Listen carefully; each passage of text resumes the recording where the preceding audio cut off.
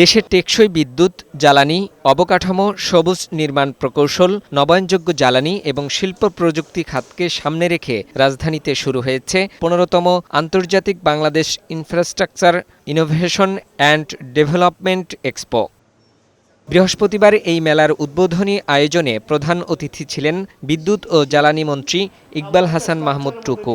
এ সময় তিনি বলেন, সঠিক নীতিমালা সহায়তা পেলে দেশে সৌরবিদ্যুৎ খাতে বিপ্লব ঘটানো সম্ভব। তো সেইটার আমরা আপনাদেরকে পলিসি সাপোর্ট দেব, আপনাদেরকে যাতে ট্যাক্স বেশি না দিতে হয় সেই জন্য আমরা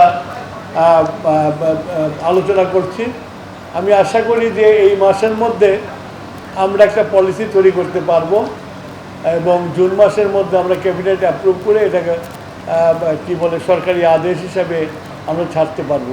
রুফটপ সোলার প্রসঙ্গে মন্ত্রী বলেন, বাড়ির ছাদে সৌর প্যানেল স্থাপন করে গ্রিডে বিদ্যুৎ সরবরাহ ও নেট মিটারিংয়ের মাধ্যমে বিল সমন্বয়ের বিষয়টি গুরুত্ব সহকারে বিবেচনা করা হচ্ছে।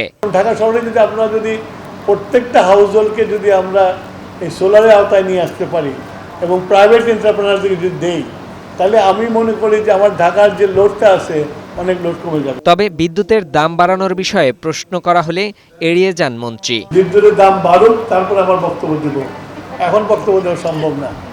একই ভেন্যুতে বসেছে প্রথম আন্তর্জাতিক ঢাকা ইন্ডাস্ট্রিয়াল প্যাকেজিং এক্সপো। এর উদ্বোধনীতে প্রধান অতিথির বক্তব্যে শিল্প ও বাণিজ্য মন্ত্রী জানান, বাংলাদেশকে আগামী দিনের প্রতিযোগিতামূলক অর্থনীতিতে পরিণত করতে ব্যবসা পরিচালনার জটিলতা কমানো দরকার।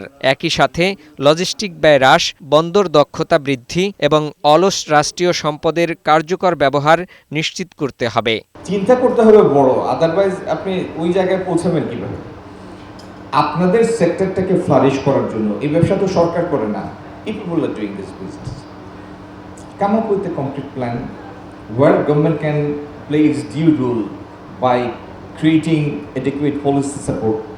সেই সাপোর্ট আমরা আপনাদেরকে দিব, যে সাপোর্ট লাগে সেই সাপোর্ট দিব।